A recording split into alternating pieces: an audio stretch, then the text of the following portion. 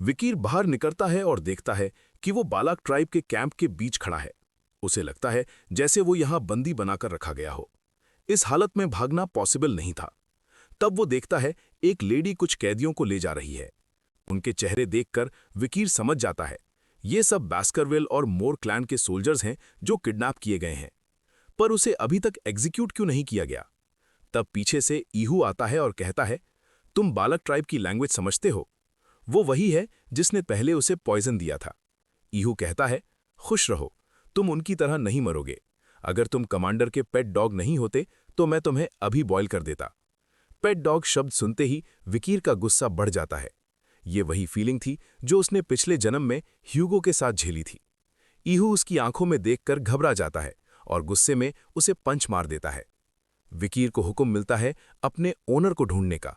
वो एक रस्सी पकड़कर चल पड़ता है और सोचता है ये रस्सी इतनी लंबी क्यों है। अचानक रस्सी टाइट होती है। सामने पानी में नहाती हुई आइन होती है।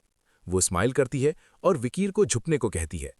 अगले ही पल एक एरो उसके पीछे से निकलता है। आइन उसे बचा लेती है। आइन कहती है, हम दया का बदला डबल देते हैं और बदले का 10 गुना। वो बताती है कि अगर वो दोबारा वहां ना जाती तो विकीर मर चुका होता। फिर वो कहती है, तुम हमारे लिए कीमती हो, तुम मेरे स्लेव बनोगे। ये सुनकर विकीर को थोड़ी राहत मिलती है। हॉस्टेज बनने से बेहतर स्लेव रहना था। आइन उसे अपने घर ले जाती है जहां मेट्रियाक मिलती है, आइन की मां। यहीं विकीर को समझ आता है कि आइन ही नाइट फॉक्स है जो कभी ह्यूगो को नुकसान पहुंचा चुकी थी। आइन डिसाइड करती है कि विकीर उसका पर्सनल स्लेव होगा और हंटिंग में उसका साथ देगा। आइन पहला ऑर्डर देती है, अपना घर बनाओ। सब सोचते हैं इंजर्ड बॉडी के साथ विकीर फेल हो जाएगा, पर कुछ ही टाइम में वो परफेक्ट टेंट बना देता है। ये देखकर आइन और मेट्रियाक दोनों शॉक हो जाते हैं। बाद में विकीर ट्राइब के टेंट्स रिपेयर करता है, ब्रिक्स बनाता है और कैंप को स्टेबल करता है। उसकी स्किल्स सबको इंप्रेस कर देती हैं। आइन कहती है, कल हम हंटिंग पर जाएंगे। अगर तुम एक बड़ा जानवर पकड़ लाए तो तुम्हारा स्टेटस बदल सकता है। विकीर शांत रहता है और एक्सेप्ट कर लेता है। दूर से हन ये सब देखता है और गुस्से से जलने लगता है। ट्राइब का मेज आमून आता है और सबको इकट्ठा करता है।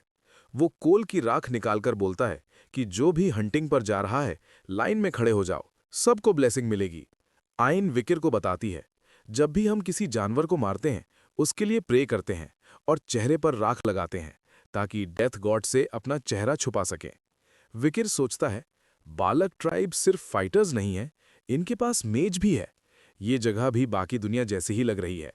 लाइन में खड़े कुछ लोग बात कर रहे होते हैं कि आजकल मेज की ब्लेसिंग्स ज्यादा फेल हो रही हैं। विकिर समझ जाता है कि यहां भी पॉलिटिक्स सेम है। ब्लेसिंग के बाद आइन विकिर को एक डॉग कॉलर देती है। वो बताती है, इससे हंटिंग के टाइम जानवर गर्दन पर नहीं काट पाएगा।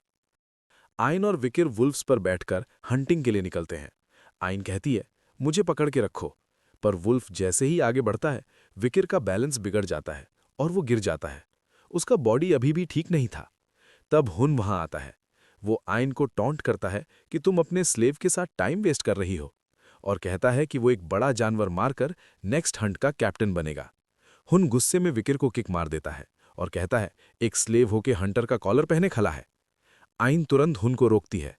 वो बोलती है, ये मेरा स्लेव है, तुम इसे सजा नहीं दे सकते। पर बात यही नहीं रुकती।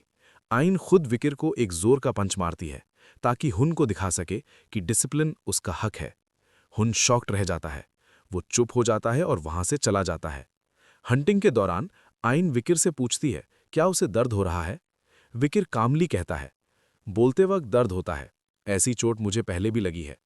आइन अचानक उसका चेहरा पकड़ती है और उसके जख्म को लिक करती है। ये उनके ट्राइब का हीलिंग मेथड था। विकिर सोचता है, ये लोग काफी अलग हैं। आइन कहती है, मुझे पता था, इंपीरियल होके भी तुम काफी रिलायबल हो। आइन पूछती है, अगर कुछ मांगना हो तो बोल सकते हो। विकिर थोड़ी देर सोचकर कहता है, मुझे एरो चलाना सिखाना। आइन थोड़ी सरप्राइज्ड होती है, फिर स्माइल करती है और बोलती है, कल से तुम्हारी स्पेशल ट्रेनिंग स्टार्ट होगी। और इसी के साथ ये चैप्टर यही खत्म होता है।